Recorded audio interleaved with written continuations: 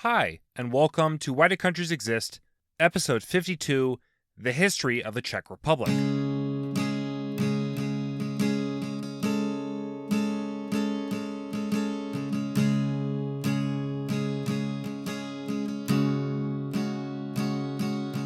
Today's drink is Pilsner Urquell. Pilsner, for those who aren't beer snobs, is a type of light lager that was actually created in the Czech Republic, specifically in the city of Pilsen. It was created when Joseph Groll, a German immigrant, brought over a Bavarian-style fermenting process with local hops, creating the Pilsner distinctive style. Urquell itself was actually the brewery Groll worked for, and Urquell today claims in a lot of its advertising that its recipe hasn't changed since 1842. Pilsner and beer overall is a fairly important part of Czech identity, cuisine, and even the economy to a certain extent, with Czech beers commonly found in supermarkets and alcohol shops throughout the world. An important part of the Urquell experience is making sure you pour it into a mug. This I don't have, so I drank it straight from the can, which I'm sure will probably infuriate someone listening. Still, the beer is pretty good. I like lagers. This was pretty subtle, a little bit hoppy, but overall a pretty inoffensive beer. Not my favorite in the world, but one I would happily enjoy as a nice summertime beer. The Czech Republic, or Czechia, is located in Central Europe, with Poland to the northeast, Slovakia to the southeast, Austria to the south, and Germany to the west. Climate-wise, the Czech Republic is temperate, with a fairly standard climatological pattern. The borders around Germany, Poland, and Austria tend to get a bit more hilly, but it's for the most part flat with several rivers flowing through the country. Czechia is divided between three cultural zones: Bohemia in the west, where the majority of the land and population is found, Moravia in the southwest, and Czech Silesia in the northwest, along the Polish border. These three regions have historically been a part of separate administrative structures and have developed their own unique cultural identity. How different these regions are from each other is somewhat disputed, although broadly most people in all regions will firstly define themselves as Czech. The Czech Republic currently has almost 11 million people in it. The vast majority define themselves as ethnically Czech. There are also a couple 100,000 who define themselves as ethnically Moravian, and tens of thousands who define themselves as Silesians.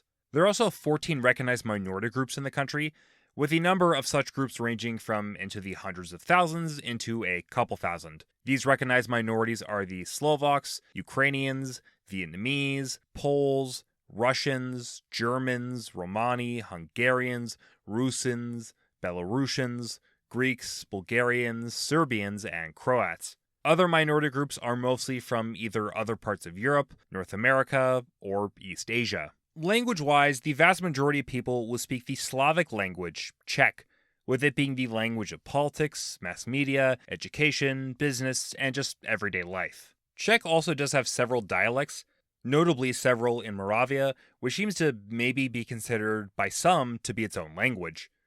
Silesian, which seems to be closer to Polish than Czech, is spoken by a small minority in Silesia. Many minority groups will speak their own language, with some like German, Slovak, and Vietnamese given a limited amount of legal recognition. Finally, religion-wise, recent censuses frequently have irreligious people as the largest religious category, with over 50% not following any organized religion, largely a product of both anti-clerical thought that rose in the early 20th century, along with communist rule. The largest religion itself is Christianity, with Catholicism as the largest denomination, with a little under 10% defined as Catholic in the recent census.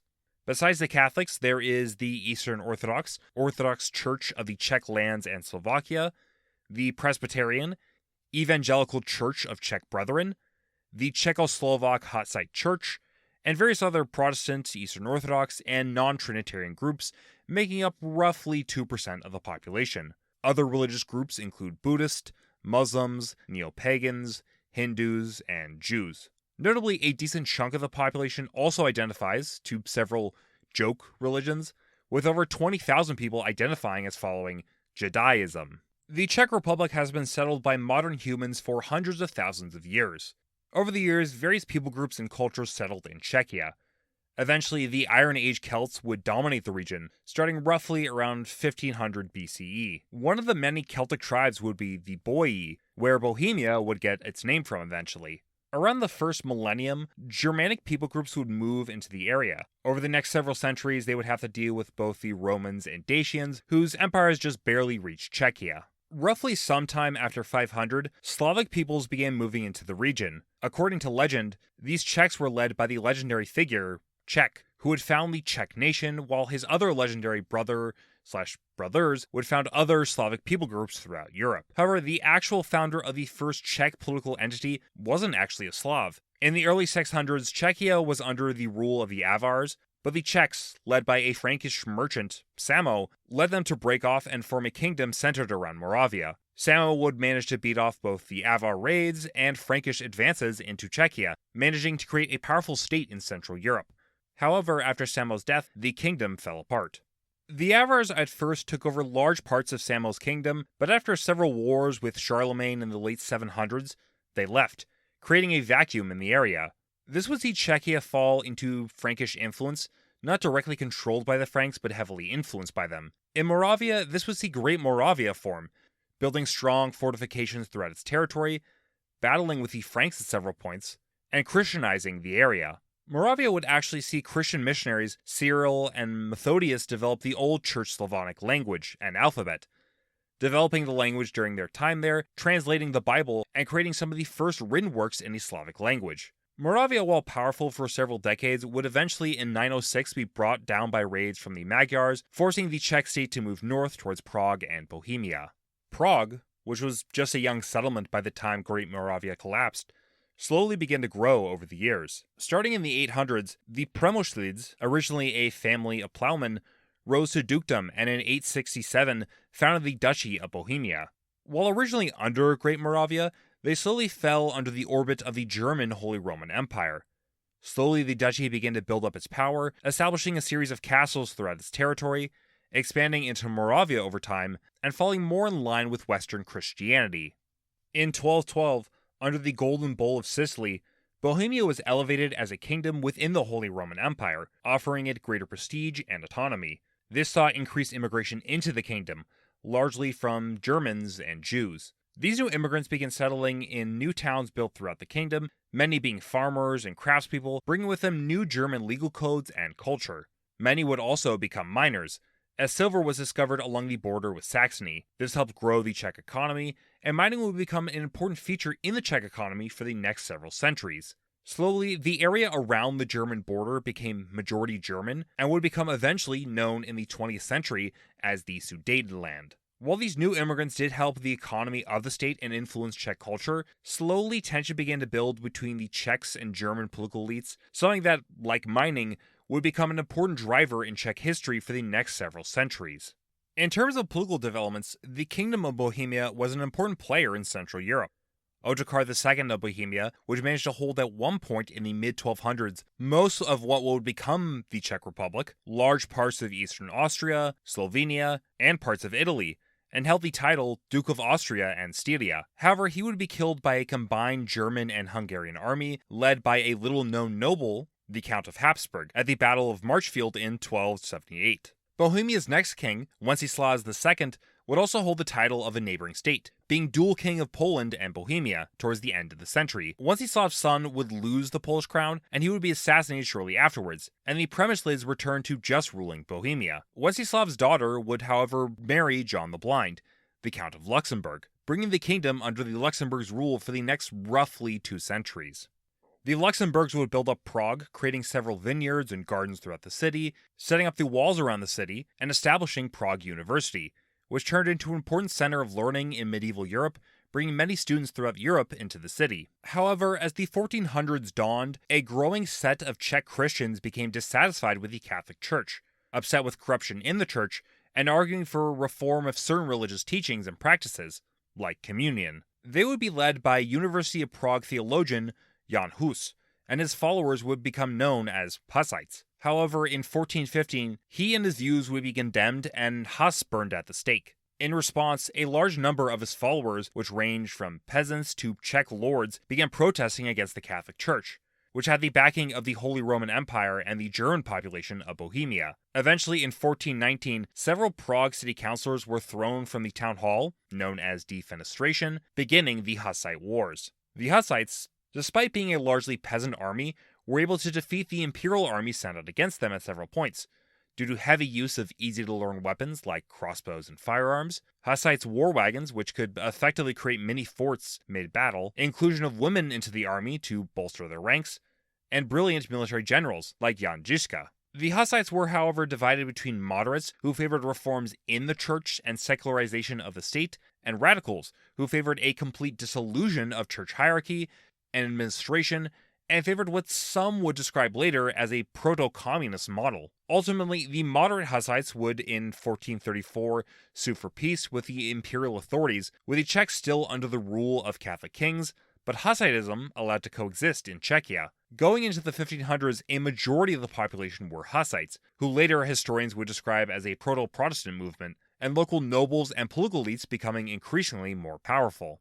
In 1526, after several decades of the kingdom being passed by several noble families in Europe, the crown of Bohemia was passed to the Habsburgs, whose ancestors defeated Ottokar in 1278. By this time, Protestant reformers were beginning to argue for reform in the Catholic Church, which many Czech Hussites were sympathetic towards. In 1547, several Hussite nobles went into revolt, but were quickly crushed. The Habsburgs decided to use this opportunity to both weaken Protestantism, the Habsburgs being some of the most powerful and devoted Catholic rulers in Europe, and strengthen their hold over their new holdings. The Habsburgs centralized and bureaucratized their rule, taking power away from the local nobles and moving them towards imperial authorities. The Habsburgs actually briefly moved their court to Prague during Rudolf II's reign in 1576, but quickly moved back to Vienna after his death in 1611. Going into the 1600s, Prague was one of the greatest European cities, being the largest in Central Europe, and many scholars, artists, and musicians living in the city. Prague and Czechia would fundamentally change following the 30 Years' War.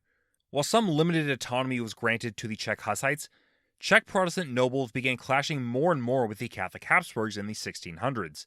The 30 Years' War actually started in Prague, with another defenestration in 1618. According to the Catholics, the defenestrated imperial officials were saved by angels, while, according to the Protestants, the men were saved by falling into a pile of cow dung. Regardless, war was on, with various Protestant states and nobles throughout the Holy Roman Empire, including in Bohemia, ready to challenge imperial rule. The war started with one of the greatest Catholic victories in the war, the Battle of White Mountain, which saw the rebelling Czech nobles crushed. The leaders of the revolt were publicly executed in Prague. Most of the Protestant nobility's land was taken, given to new German landlords, and re-Catholicism was introduced, which saw Protestants choosing between either forced conversion or leaving the country, which around 200,000 did. Hussitism as a denomination was driven almost to extinction, and the German minority and language grew significantly in strength. Bohemia would also be devastated by Saxon and Swedish raids later in the war in the 1630s and 1648. While Czechia was greatly diminished in the 30 Years' War, it was still a fairly rich part of Europe. The next 200 or so years saw Czechia built up.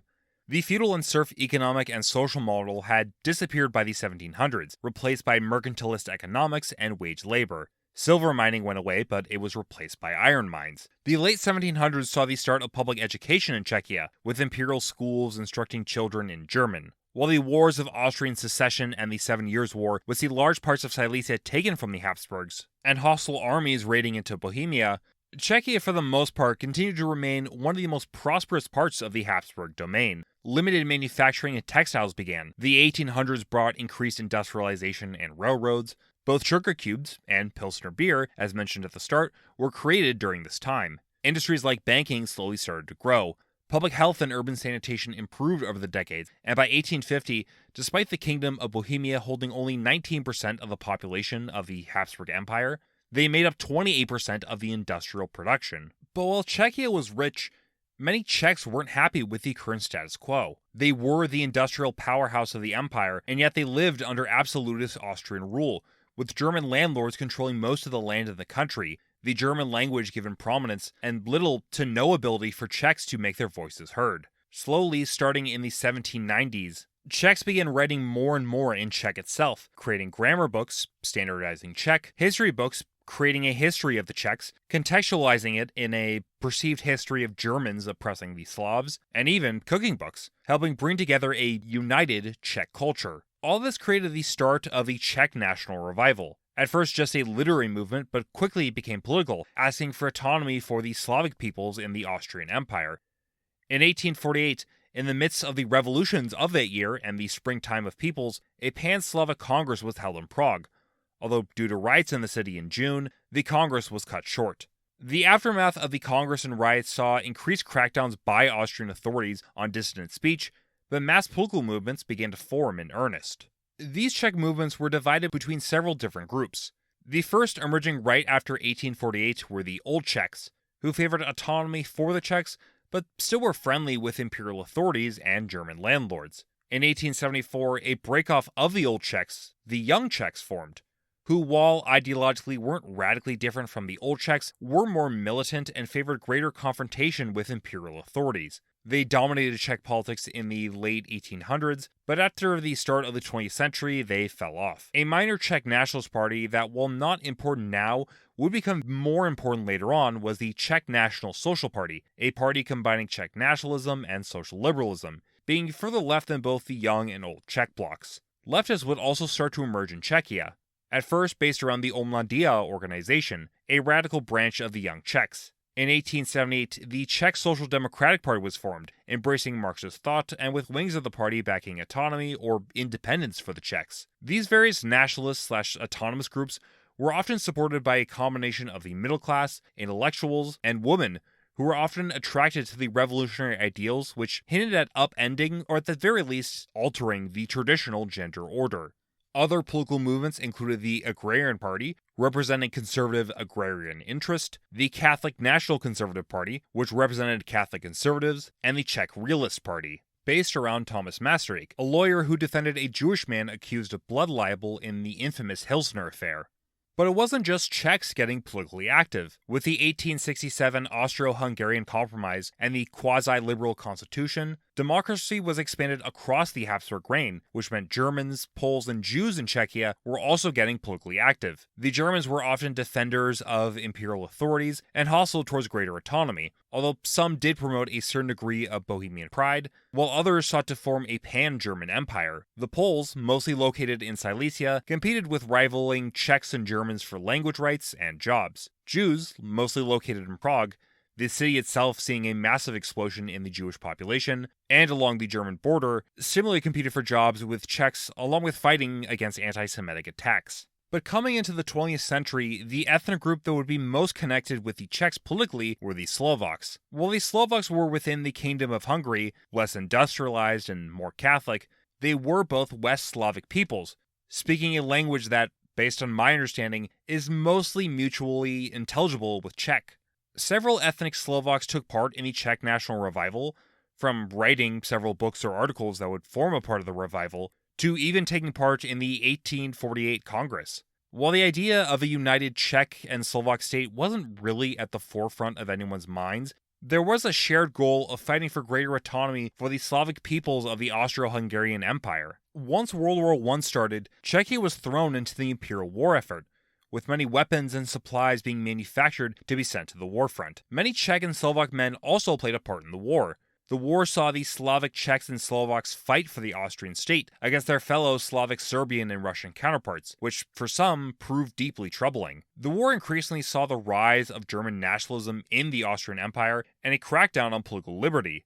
Slowly, a growing number of Czechs and Slovaks defected to the Allied side, forming the Czechoslovak Legion to fight for Czech and Slovak independence. These legions fought in France, Italy, and Russia. Actually, interestingly enough, and for the sake of brevity, I'm going to really simplify it, the Czechoslovak legions played a very important part in the Russian Civil War, taking large chunks of Siberia from the Soviets until eventually leaving Russia for Vladivostok in 1920 and returning to their new home country, Czechoslovakia. Czechoslovakia was formed largely as a reaction to World War I and the demands of the Austrians and Hungarians put on the many people of their empire. By war's end, the many people making up the Austro-Hungarian Empire wanted out and wanted to form their own state. Czechs and Slovaks, while under centuries of different political administrations, figured they were culturally similar enough that working together made sense. It also would help beef up their state from other rivaling neighbors who, subtle foreshadowing, may have wanted to take their land. The Austrians did promise the Czechs autonomy in late 1918, and parts of the Sudetenland tried to join Austria, But war's end saw the first Czechoslovak Republic emerge, making up, obviously, the modern-day Czech Republic, Slovakia, and Transcarpathia. Czechoslovakia would immediately have to fight border wars with Hungary and Poland and deal with limited protests and riots in the Sudetenland, but by the mid-1920s it had managed to firmly establish its borders and began forging its own path. Czechoslovakia economically continued to be an industrial powerhouse in Central Europe, with the Czech parts of the country carrying the country's economy. However, while Austria was no longer ruling them, 1/3 of the land in Czechoslovakia was still owned by German and Hungarian elites and the Catholic Church. Some land reform was carried out, but it was very slow and de facto was limited in scope. In terms of art, many great artistic works were created during this time. Notably, the word robots was introduced to the English language by the Czech play Rossum's Universal Robots in 1920. Many Czechoslovak intellectuals often were left-wing or subversive, although not universally Marxist. The First Republic saw the attempted reintroduction of Hussitism to the country, with the Czechoslovak Hussite Church being founded in 1920. The church did grow and remains an important religious institution in the country up to today, but most Czechs remained Catholic, and the church had to break off in 1924 with the creation of the Orthodox Church of Czech lands in Slovakia. Czechoslovakia also saw a movement called tramping that saw young Czechoslovak youths of both genders going and doing godless things like hiking, camping, singing, and worst of all, premarital sex. Czechoslovakia for most of the First Republic was dominated by Masaryk, who was noted for being a great unifier and strong supporter of liberal democracy, able to bring together various different political factions of the country into a working government. Many parties were familiar faces from the Austrian days, with the Czech Social Democrats, Czech National Social Party, and Agrarians all continuing on, except replace the Czech in their names with Czechoslovak. The Catholic National Conservatives would form the Czechoslovak People's Party, representing center-right Christian Democrats. Several new parties did emerge, but they're mostly small forces. However, notably in 1921, the Czechoslovak Communist Party was formed, able to consistently win over 10% of the vote, and with close ties to the Soviet Union. Since Czechs dominated politics in the country, with over 50% of the country being ethnic Czechs, parties for ethnic minorities, including the Slovaks, Hungarians, and Ruthenians, often took a pro-autonomy/pro-separatist course, or simply just mirrored a larger Czech party. While the Czechoslovak state had broadly tried to ensure minority rights were protected, there was a significant amount of angst regarding the new state, particularly from Hungarians and German minorities who were afraid of Czechoslovakization and were upset that their once dominant position had been taken from them.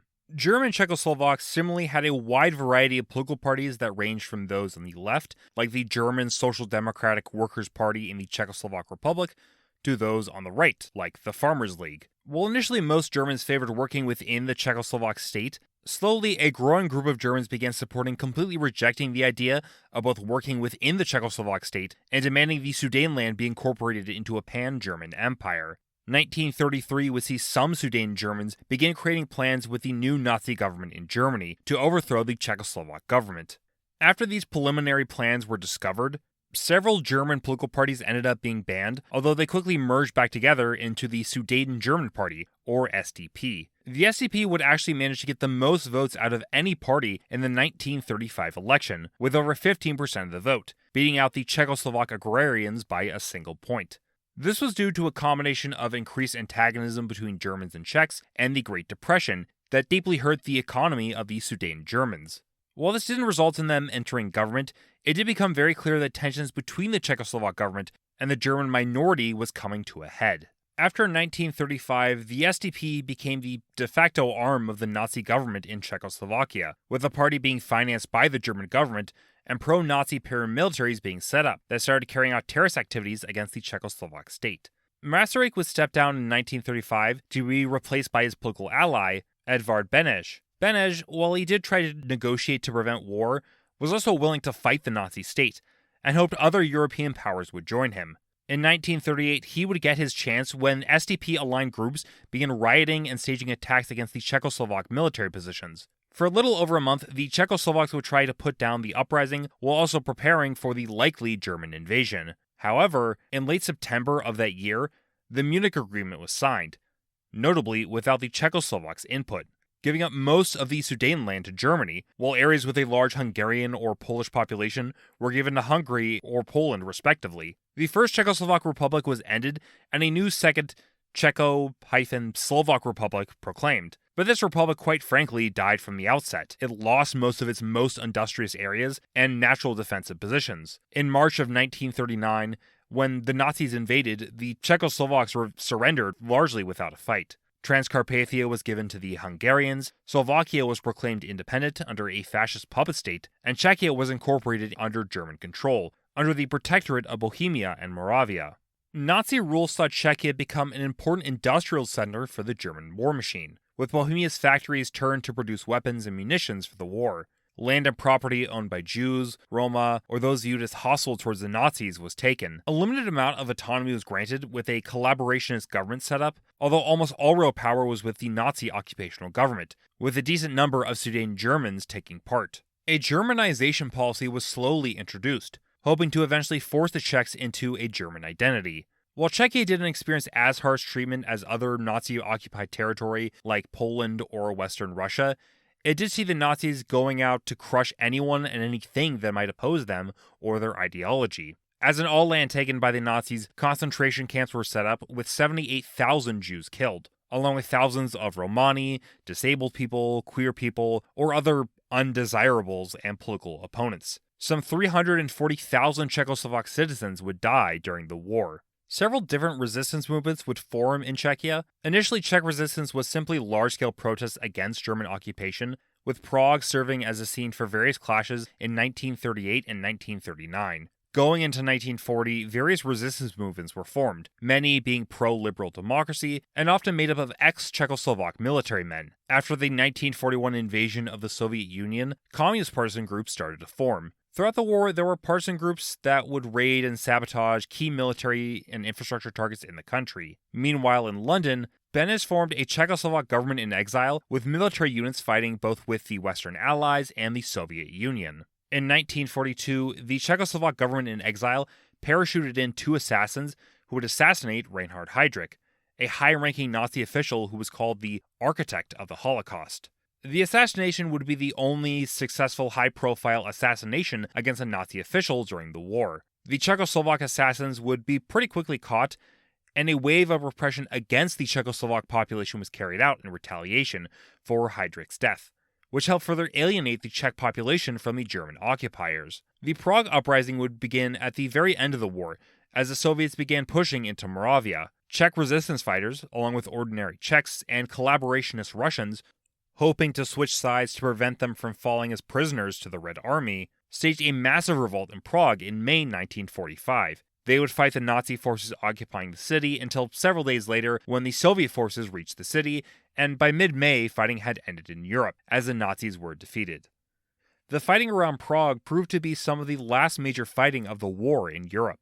In the immediate aftermath of the war, the question quickly arose: what should be done about the Sudeten Germans? Many in Czechoslovakia and in the government in exile viewed the Sudeten Germans as responsible for the country's occupation, viewed many of them as collaborators, and among more nationalistic elements of Czech society, viewed this as the perfect time to finally rid Czechia of German influence that had, in their views, subverted the Czechs for hundreds of years. Quickly after the Nazi government fell, Sudeten Germans were forced at gunpoint to abandon their property and flee their homes into Germany. Some of this was done by the returning Czechoslovak army, although it also wasn't uncommon for Czechs to form mobs to drive the Germans out. While Germans who were known to have opposed the Nazis were supposed to, per the government, be spared, there were cases of these Germans also being forced out. It's believed tens of thousands of Germans would be killed in sporadic attacks, massacres, and lynchings, and millions would be forced out of the country. In 1939, somewhere around 20 to 25% of Czechoslovakia, or over 3 million people, were ethnically German. By 1950, only about 200,000 Germans remained, making up a little less than 2% in Czechia.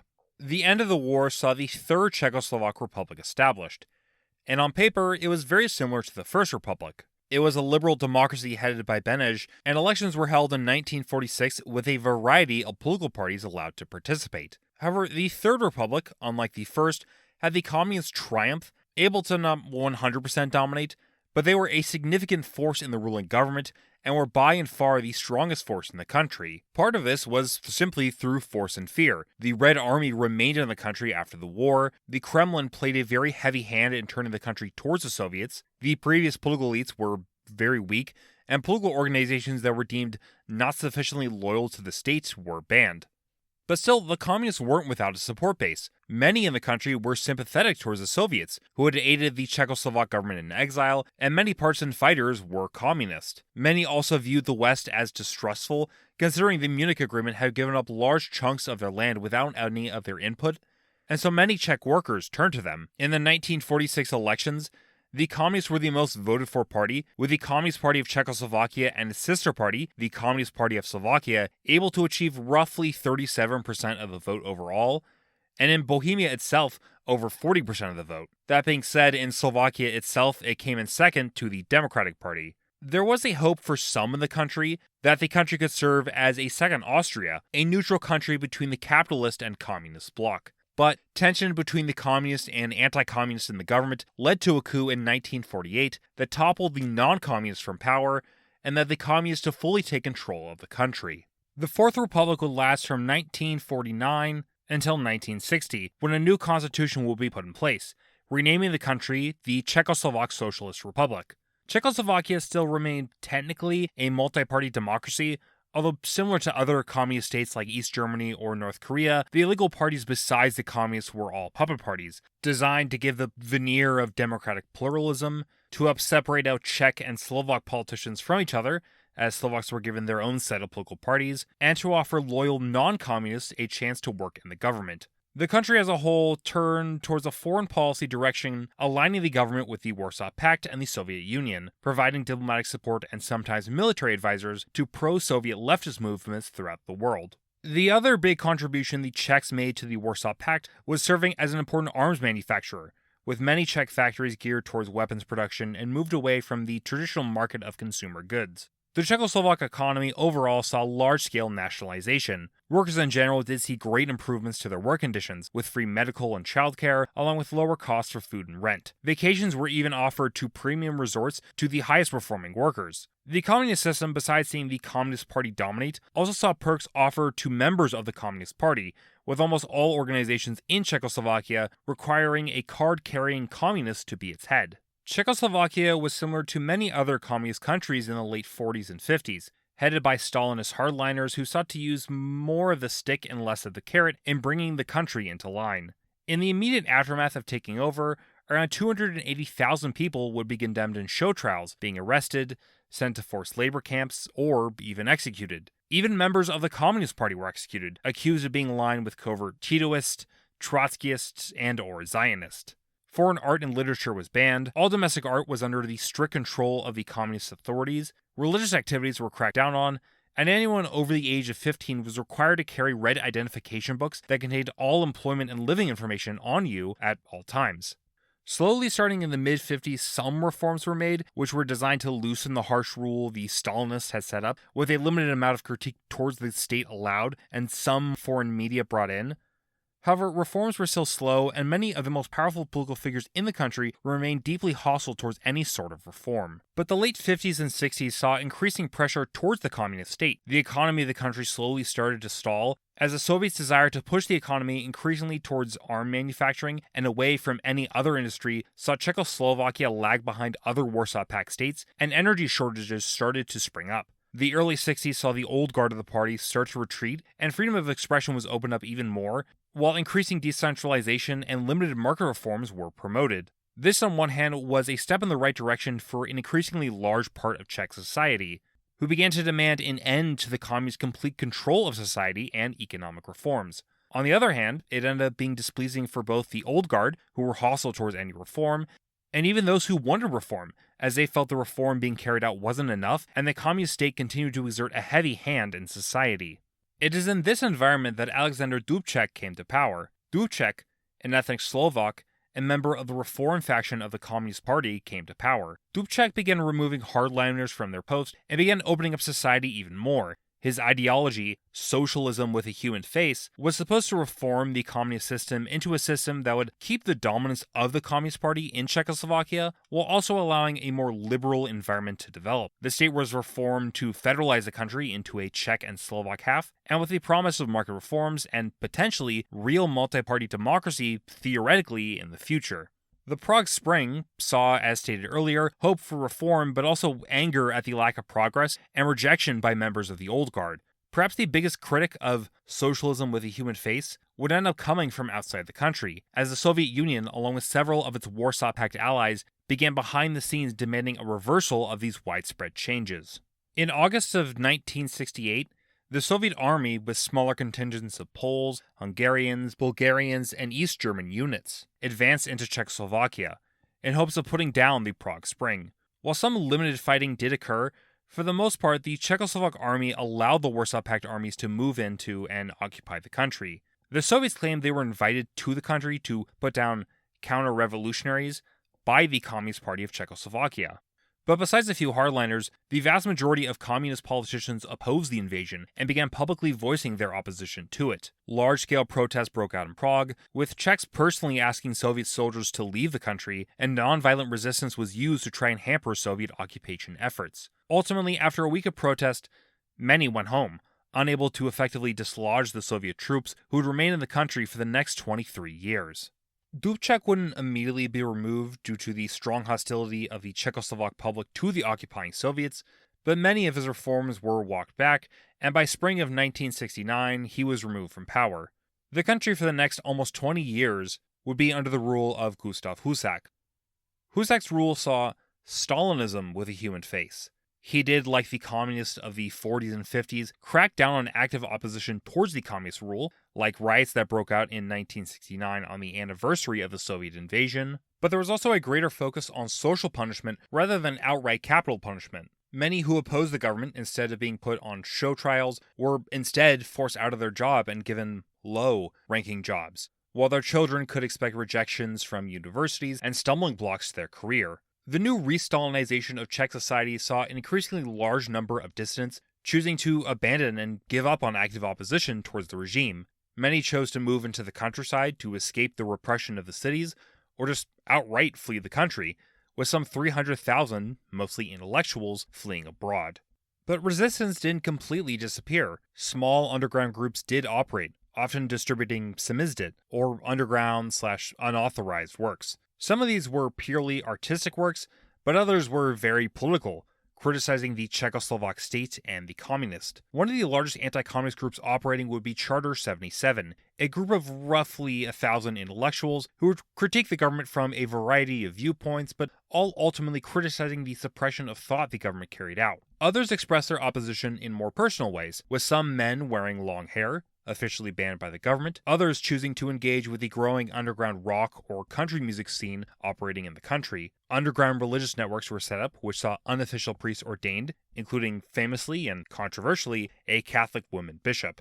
These opposition groups continued to grow and agitate against the government, although a majority remained, if not supportive, then tolerant towards Stalinism with a human face, especially as increased government investment into industry and trade with the Eastern Bloc saw economic growth in the mid-80s. The late 80s saw the tide begin to turn. As the Soviet Union liberalized with glasnost and perestroika, it had knock-on effects with many other communist states in Eastern Europe. As one country began allowing more dissident thought on official channels, people in neighboring countries would hear these critiques and see the liberalization taking place and begin critiquing their own governments. Czechoslovakia, similar to the 50s and 60s, was still dominated by hardliners who opposed any opening up of the country, which just further angered many Czechs. In November 1989, during a memorial for students killed by the Nazis, tens of thousands took to the streets and quickly began demanding freedom. While police were able to force the group to disperse, it had failed to halt the growing tide of people who demanded an end to communist rule. Hundreds of thousands took to the streets, with an estimated 500,000 arriving in Prague city center, and a general strike was carried out. By the end of the year, it was clear the writing was on the wall for the communists. Many hardliners were forced to step down, and the moderates that replaced them, forced by public pressure, began surrendering to a group known as the Civic Forum, headed by Czech dissident poet Václav Havel.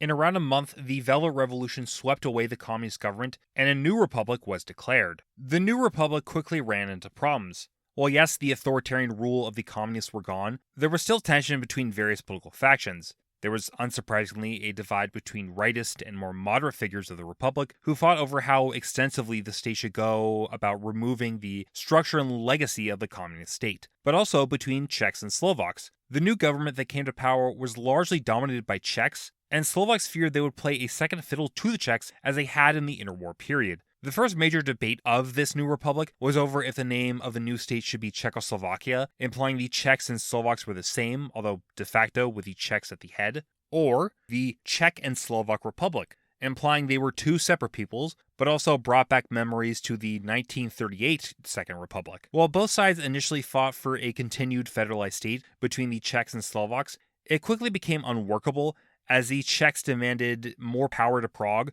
while the Slovaks wanted more autonomy. Ultimately, by 1992, the Czech and Slovak political leaders decided to go their own separate ways, ending Czechoslovakia as a political entity in what would become known as the Velvet Divorce. We have one more Velvet event to go over in the 90s. In the immediate aftermath of the end of communism, the right wing of the Civic Forum, headed by Václav Klaus, would take over the country and move the country towards a market-based economic model. Initially, privatization efforts saw land taken after 1949 returned to its original owners, and some industries and shops were auctioned off to local Czechs hoping to get into business, and major foreign companies. Starting in the mid-90s, voucher privatization was promoted, where every Czech was given vouchers which could be used to buy shares in state companies that were being sold off. However, this led to corruption, as con men started pulling rug pull scams claiming that Czechs who gave their vouchers or money to them would see tenfold increases, but instead, all the money these con men received were quickly taken out of the country. The corruption, economic difficulty in transitioning away from the communist model, and new cultural differences in society led to the mid-90s to be dubbed by some Czechs as the Velvet Hangover. The Czech Republic emerged as a multi-party democracy with various political parties ranging from the far right to the far left. As a consequence of the Velvet Divorce and Hangover, for many years, the Communist Party of Bohemia and Moravia remained a powerful political player in the country, criticizing the neoliberal transition, and for many years was able to rely on roughly 15% of the population to support them every election. Several parties that had existed from the First Republic through the Third managed to maintain some influence, with the Czechoslovak People's Party remaining an important kingmaker in the country's politics. For many years, the two most important parties would be the Czech Social Democrats, representing mainstream center-left thought, and the Civic Democratic Party, or ODS, which continued the legacy of Klaus's reforms and the right wing of the Civic Forum. Every election starting in 1996 to 2013 saw these two parties competing for the prime ministerial office. The ODS would control the country from 1992 until the 1997 election, which saw the Social Democrats take charge. They would hold on to power until 2006, which saw the ODS again return to power, which they would lose in 2013 to the Social Democrats. After some economic problems in the 90s, the Czech Republic became and remains one of the strongest economies in Europe. Industry and manufacturing remains an important part of the economy, although other sectors of the economy like tourism, services, and scientific research are growing. It is broadly aligned with the West since independence, joining NATO in 1999 and the EU in 2004. Since the Fourth Republic, there has been a moderate amount of immigration into the country, largely from Eastern Europe, although, as stated at the start, a small Vietnamese community also does exist. Recent years has seen a fairly large increase of immigration into the country due to the Russian invasion of Ukraine, as hundreds of thousands of Ukrainian refugees have fled to the Czech Republic. The 2013 elections saw the Social Democrats gain control of the country, although they had to form a coalition government with Anno 2011, a political party formed by Andrej Babiš, one of the richest businessmen in the country. Babiš and Anno 2011 were a largely populist movement formed to oppose corruption in the country. While initially the movement was friendly with European liberals, it has over the years shifted towards a more right-wing direction, strongly hostile towards increased immigration, and has been viewed as apologetic towards Russia. In the 2017 election, Anno emerged as the most voted for party, and Babiš became prime minister. While prime minister, he was accused by his opponents of weakening democratic norms and of, ironically, considering the initial goal of the party, corruption. Babiš would lose the 2021 election to a coalition of parties headed by the ODS, but Anno still remained the most voted for party, and looks likely to be the most voted for party in this year's election in October due to a combination of dissatisfaction with the government, along with traditional political elites, growing unaffordability, Babiš's strong control over the media ecosystem in the country, and the current government suffering through several scandals. So why does the Czech Republic exist?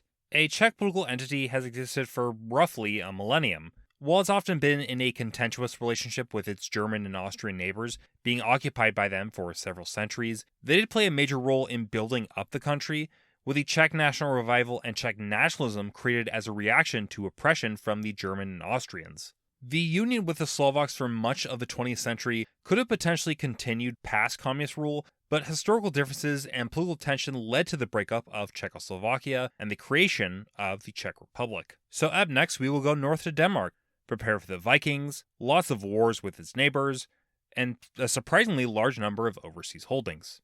So, thanks for watching, thanks for listening. Also have to, of course, give a shout out to my patrons. I appreciate all of you. And up next, we're actually going to remain in the Czech Republic. I'm going to do an episode on Czech political parties. Originally, I was planning on doing this earlier, like a couple episodes ago. However, I saw that the history of the Czech Republic was coming up, and I decided I would just put them next to each other. Theoretically, me now knowing the history of the Czech Republic can give me better insight into the parties. We'll see if that actually pays off. A lot of the parties are somewhat new. They're parties that I didn't really find a whole lot on when researching the episode, but who knows. But after that, I will do Greenlandic political parties, and then I will talk about the history of Denmark. So yeah, thanks for watching and thanks for listening. If you want, you can email me at whydocountries.exist@gmail.com for your thoughts, comments, suggestions, or hate mail. Take care. I hope you have a wonderful rest of your day. The sources I use for this episode are the Center for Eastern Studies video, Czechoslovakia, The Full History Beyond the Velvet Divorce, Duke University's Press book, The Czech Reader, DW's Food Report, How Pils Beer Was Invented in the Czech Republic, Geography Now's video on the Czech Republic, Journeyman Pictures video, Warsaw Pact's Invasion of Czechoslovakia, M. Laser History's video, Germans of Czechoslovakia, What Happened, The Revolutions Podcast, episodes 7.22 and 7.24, TLDR News Report, Is Czechia's Government on the Brink of Collapse, and finally, Wikipedia.